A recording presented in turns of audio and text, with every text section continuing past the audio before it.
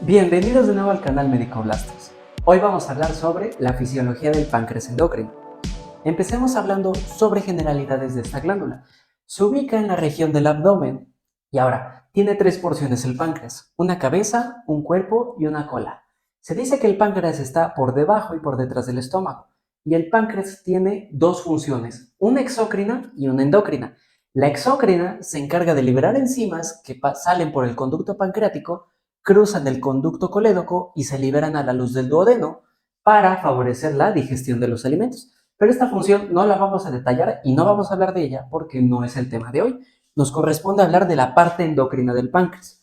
Y ahora, las células que pertenecen a la parte endocrina del páncreas se denominan islotes de Langerhans o células endocrinas pancreáticas y representan el 2% de la masa total del páncreas.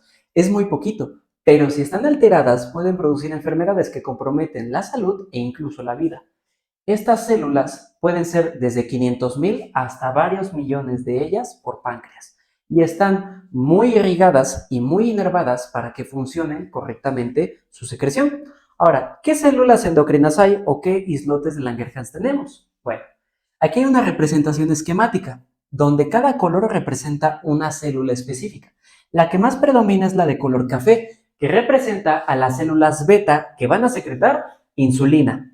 Las de color verde representan a las células alfa que secretan glucagón. Las de color morado son las células delta que secretan somatostatina. Y las células azules son las células F que secretan polipéptido pancreático. Ahora, vamos a ir describiendo cada una de estas células y sus funciones. Pero déjenme decirles que a grandes rasgos la función del páncreas endocrino es la movilización de carbohidratos, proteínas y lípidos en dos situaciones, en el ayuno y en la alimentación. Cuando nosotros comemos, ingresamos carbohidratos, lípidos y proteínas a nuestro cuerpo y la insulina las va a movilizar al tejido adiposo, al músculo y al hígado para que ahí se utilicen como energía y el exceso se almacene o se haga un reservorio. Para los carbohidratos el reservorio es el glucógeno, para los lípidos los triglicéridos, ¿ok? Y una vez que nosotros dejamos de comer y pasan horas y se forma este ayuno, ahora necesitamos movilizar estas reservas al resto del cuerpo porque recuerden que nuestro metabolismo sigue funcionando a todas horas. Entonces el glucagón va a mover este reservorio de energía y lo va a sacar y lo va a llevar a las diferentes partes del cuerpo para que se siga utilizando como energía. Ahora, vamos a empezar hablando de la insulina. Empecemos hablando sobre la síntesis de la insulina. La insulina es una hormona peptídica, por lo tanto, proviene de la síntesis proteica. Los genes que codifican a la insulina se ubican en el cromosoma 11. Y una vez que se produce la transcripción del DNA, formamos ARN mensajero, que justamente cuando se está leyendo en el ribosoma, se transforma en la preproinsulina, es decir, un péptido muy largo que contiene la insulina y está conformado por un péptido señal y los dominios B, C y A.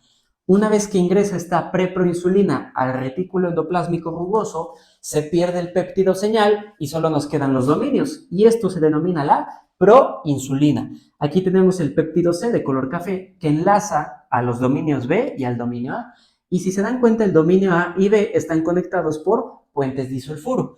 Ahora, la proinsulina va a llegar al aparato de Golgi y este aparato contiene proteasas que van a escindir o van a cortar entre la unión de dos dominios. Y ahora, lo que nos va a dar por resultado es la separación del dominio C del dominio A y B. Y ahora, estos productos se van a almacenar en un gránulo secretor hasta que llegue un estímulo y podamos liberar la insulina.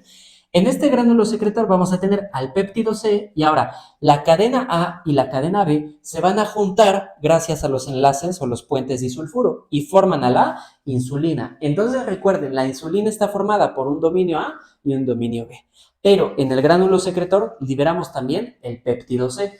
El péptido C no se conoce hasta ahorita alguna actividad biológica, pero sirve para cuantificar la cantidad de insulina que secreta el páncreas, ya que una vez que se libera la circulación portal hepática estas moléculas, el 100% del péptido C llega a la orina y del 100% de la insulina, el 60% se elimina y el 40% se utiliza para fines metabólicos. Por eso el péptido C se usa como un cuantificador de insulina. ¿Ok? Ahora, vamos a ver qué factores hacen que se secrete insulina o que se evite la secreción de la insulina. En cuanto a la secreción de la insulina, vamos a tener factores que van a estimular su secreción y otros que la van a inhibir. Empezamos con los que favorecen su secreción. El principal secretor de insulina va a ser la glucemia, es decir, la concentración de glucosa en sangre. Por eso cuando nosotros comemos, aumentamos la secreción de insulina para regular a la baja la glucemia. Y esto se explica gracias a la famosa prueba de tolerancia a la glucosa, donde a un paciente se le administra una solución de glucosa por vía oral o por vía intravenosa. Ahora, en esta primera gráfica, observamos a un paciente sano que se le administra la glucosa por vía oral e intravenosa, pero si se dan cuenta, la secreción de insulina es mayor cuando ingiere por forma oral la glucosa. Y esto es gracias al famoso efecto incretina, en el cual al ingerir la glucosa, las células L intestinales detectan esta glucosa y mandan señales al páncreas que le dicen: oye páncreas, estás a punto de recibir una gran concentración de glucosa, ve secretando insulina para que no tengamos una hiperglucemia patológica. Estas incretinas son el GLP-1 y el GLP-2, el GIP y la colecistocinina. Ahora, en esta segunda gráfica podemos ver a un paciente diabético que se le administra una solución de glucosa intravenosa, pero a pesar de que se eleva la glucosa, su insulina no incrementa y por ello no se regula su glucemia y quedan altas concentraciones de glucosa en sangre por muchas más horas. Y ahora, en esta tercera gráfica se le administra a la persona sana el doble de glucosa y si se dan cuenta, la secreción de insulina tiene dos picos máximos de secreción. El primero es gracias a la respuesta inmediata del páncreas que libera la insulina que ya está preformada en los gránulos secretores. Y el segundo pico, que es a las horas, es gracias a síntesis de nueva insulina en el núcleo de las células beta. ¿Ok? Ahora, vamos a explicar el mecanismo molecular de la secreción de la insulina. Recordemos que la glucosa es el principal secretor. Esta glucosa va a ingresar por un transportador que es el GLUT2, que va a mover por transporte facilitado a la glucosa. Y ahora, en la célula beta, la glucosa va a entrar a una ruta metabólica llamada glucólisis, donde se va a oxidar la glucosa y va a formar energía en forma de ATP y piruvato. Este piruvato va a entrar a la mitocondria, al ciclo de Krebs, y va a formar más energía en forma de ATP. El resultado es que va a haber un incremento intracelular de ATP, y este incremento va a inhibir a un canal de potasio sensible a ATP. Entonces, si nosotros cerramos este canal de potasio, recordemos que el potasio se mueve por gradiente de concentración de adentro hacia afuera de la célula. Si se queda el potasio adentro, que tiene cargas eléctricas positivas, vamos a despolarizar a la célula. Y esta despolarización va a abrir los canales de calcio voltaje dependientes. El calcio ingresa por gradiente de concentración y ahora va a estimular al retículo endoplásmico para que libere más calcio. Esto se conoce como liberación de calcio inducida por calcio. El aumento intracelular de calcio va a hacer que los gránulos secretores se muevan a la membrana citoplasmática y secreten la insulina. Este es el principio por el cual la glucosa es el principal regulador de la insulina, porque cuando nosotros comemos aumentamos la glucemia y este aumento de glucosa favorece todas estas vías que dan como resultado una mayor secreción de insulina. Pero hay otras vías que pueden estimular su secreción. Por ejemplo, la colecistoquinina, que es una incretina, o la acetilcolina, que proviene de la rama parasimpática del sistema nervioso autónomo. Estas dos se unen a un receptor que tiene una proteína GQ, activa una fosfolipasa C y esta va a escindir a un lípido de la membrana, que es el fosfatidilinositol bifosfato, y lo va a partir en inositol trifosfato y en diacilglicerol. El inositol trifosfato produce el mismo efecto que el calcio y entonces secretamos insulina. El diacilglicerol se une a una proteína sinasa C y entonces favorece la secreción de insulina. Hay otras moléculas que estimulan la secreción, por ejemplo el glucagón y los agonistas beta-adrenérgicos. Estos dos, por una proteína G estimulante, aumentan la actividad de la adenilciclasa, aumentamos el AMP cíclico, encendemos la proteína sinasa A y liberamos insulina. Pero va a haber otras moléculas que van a inhibir la secreción de insulina. Por ejemplo, los agonistas alfa-adrenérgicos, que vienen del sistema nervioso autónomo simpático, y la somatostatina. Estos se unen a una proteína G inhibitoria, inhiben a la adenilciclasa, no hay AMP cíclico, no hay proteína sinasa A y por lo tanto no liberamos insulina. Ahora, clínicamente hablando, los pacientes diabéticos pueden tener defectos en la sensibilidad de la insulina. Por lo tanto, se le dan fármacos que aumenten la secreción de la insulina para compensar este efecto. Estos fármacos pueden ser, por ejemplo, las sulfonilureas, como la glibenclamida y la tolasamida. Estas dos lo que van a hacer es inhibir el canal de potasio sensible ATP. Entonces, si se inhibe, vamos a despolarizar con mayor frecuencia la célula y vamos a tener como efecto mayor secreción de insulina. Vamos a tener estímulos fisiológicos que van a modular el ritmo al que secretamos o inhibimos la insulina. Por ejemplo, en el ejercicio, nuestros músculos necesitan más glucosa para contraerse, pero debemos de modular el ritmo al que la captamos para que no disminuya la concentración de glucemia y caigamos en una hipoglucemia, que puede comprometer al cerebro y hacer que nos desmayemos o tengamos un síncope.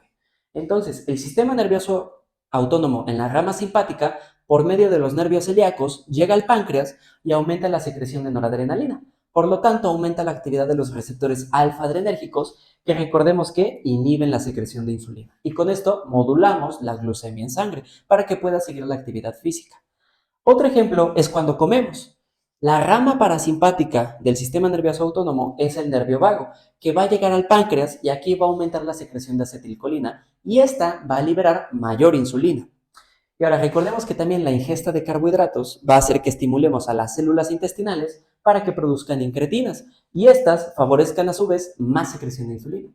Y ahora, hay fármacos antidiabéticos que aumentan la expresión de las incretinas en sangre, como las gliptinas. Un ejemplo es la vildagliptina. Estas van a inhibir a la dipeptidilpeptidasa 4. Esta enzima se encarga de degradar a la principal incretina, que es la GLP-1. Entonces, con la ingesta de este fármaco, inhibimos al que degrada a la incretina y tenemos más tiempo en circulación a la incretina para que haya más síntesis de insulina. ¿Okay? Ahora, vamos a ver qué efectos produce la insulina gracias a la unión a su receptor. Para que la insulina produzca su efecto en las células, así como cualquier otra hormona, se tiene que unir a un receptor. El receptor de la insulina es específico para esta molécula y tiene una actividad tirosina-sinasa. Aquí está representado en este esquema, pero su estructura molecular es más parecido como a este diagrama. El receptor de insulina es un heterotetrámero que tiene dos cadenas alfa extracelulares y dos cadenas beta intracelulares. El par de cadenas alfa se une al par de cadenas beta por medio de puentes disulfuro. Y ahora, una vez que se une la insulina a su receptor, va a producir la famosa transducción de señal, que es una cascada de fosforilaciones de muchas moléculas que van a señalizar y que van a producir los efectos biológicos de la insulina. Toda la cascada de señalización está en este esquema, pero es mucho, ¿no? Bueno, por eso les presento este esquema que es más didáctico y simple. Ahora, una vez que el receptor de insulina se activa gracias a la unión de la hormona, empieza a haber una autofosforilación del receptor y también va a fosforilar al primer sustrato, el IRS, que son los sustratos del receptor de insulina. Son un conjunto de proteínas fosforiladas que cuando se le pegan estas tres proteínas se encienden y empiezan a hacer la cascada de fosforilaciones. La proteína GRB2 y la SHC se translocan al núcleo y van a activar a la MAP, la proteína sinasa activada por mitógenos. Esta va a aumentar la tasa de transcripción de genes, que por lo tanto va a dar un aumento de la síntesis proteica y el crecimiento celular. Pero la insulina y sus efectos más conocidos no son gracias a estas dos proteínas, sino a esta tercera proteína, que es una enzima, la fosfatidil-inositol 3 sinasa. Esta enzima va a fosforilar un lípido de la membrana, que es el fosfatidil-inositol bifosfato, y al fosforilarlo lo convierte en fosfatidil-inositol trifosfato. Esta molécula es la encargada de producir la mayoría de los efectos biológicos famosos de la insulina.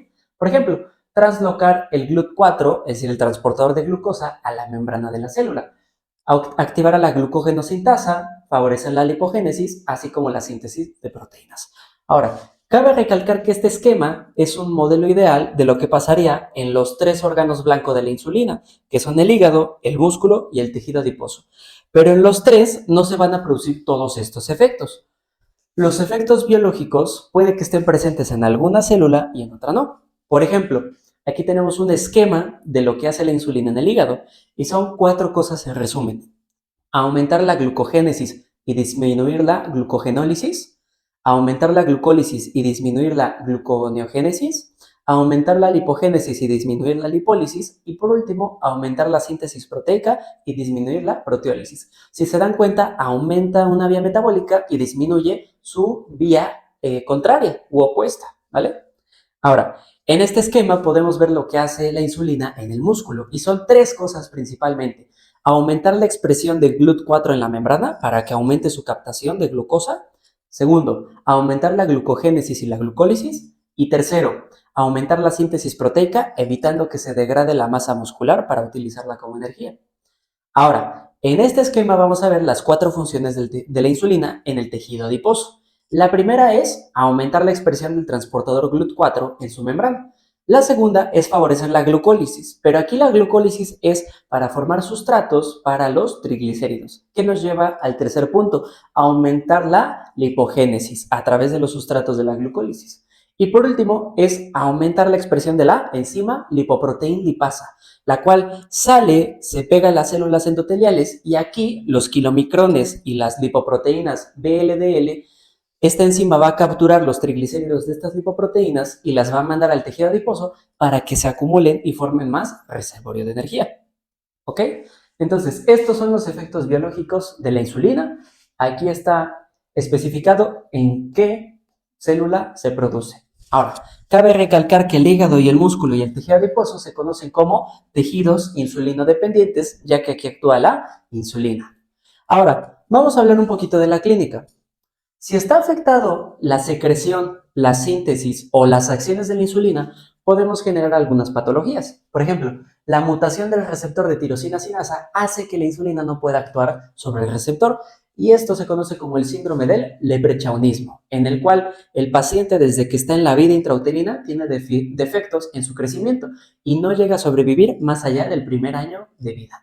Ahora, hay un efecto mejor conocido, en el cual la señalización del receptor tirosina sinasa está defectuosa y se conoce como resistencia a la insulina, la cual es clásica en los diabéticos tipo 2. Pero para hablar de la resistencia a la insulina y la diabetes tipo 2, tenemos que clarificar la diferencia entre diabetes 1 y diabetes tipo 2. La diabetes tipo 1 es una enfermedad autoinmune. Se presenta normalmente desde la infancia, ya que tiene un origen genético y se conoce como diabetes insulinodependiente.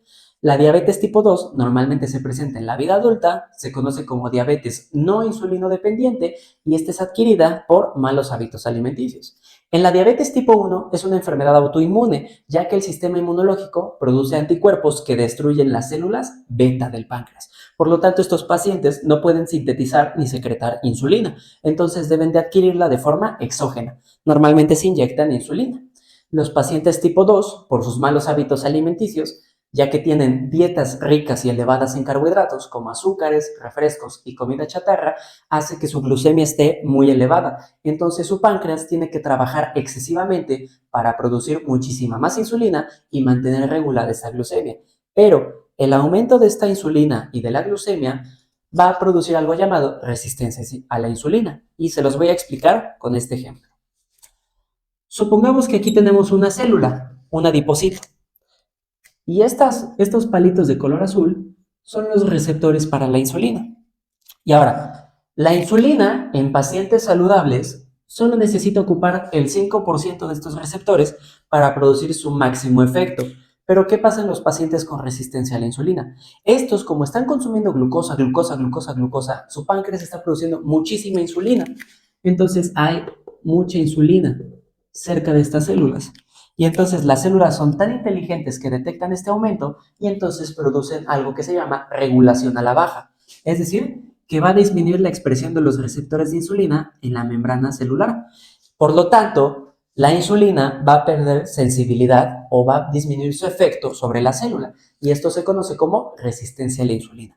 Esta resistencia se puede demostrar en este gráfico, en el cual se mide la velocidad de captación de glucosa en una persona sana y en una persona diabética. Una persona sana en sus adipocitos con una concentración muy baja de insulina puede captar muchísima glucosa gracias a que aumenta el transportador GLUT4. Pero la persona diabética con la misma concentración de insulina casi no moviliza nada de glucosa debido a este efecto, a la resistencia a la insulina. Entonces necesita producir muchísima más insulina para que produzca el mismo efecto que una persona sana. Por eso los diabéticos tipo 2 necesitan fármacos que aumenten la secreción de la insulina, como las gliptinas y las sulfonilureas, ¿ok? Entonces, estas son las dos grandes diferencias entre la diabetes tipo 1 y la diabetes tipo 2. Ahora, Como en ambas hay un defecto de la insulina, si no están tratados farmacológicamente, pueden presentar hiperglucemia, porque como no están produciendo este transportador en las membranas de las células, los músculos y el tejido adiposo no pueden captar la glucosa. Entonces la glucosa se queda en la sangre y se acumula, generando la hiperglucemia. Y esta hiperglucemia es muy dañina a largo plazo, porque puede generar daños en los vasos sanguíneos. Por ejemplo, cataratas, retinopatías, aterosclerosis, infarto agudo al miocardio, evento cerebrovascular y otro tipo de isquemias. Asimismo, puede dañar los nervios, se conoce como neuropatía. Los pacientes diabéticos normalmente tienen paresias y parestesias en sus piernas, es decir, hormigueo y pérdida de la sensibilidad, así como falta de fuerza en sus extremidades, principalmente en los miembros inferiores.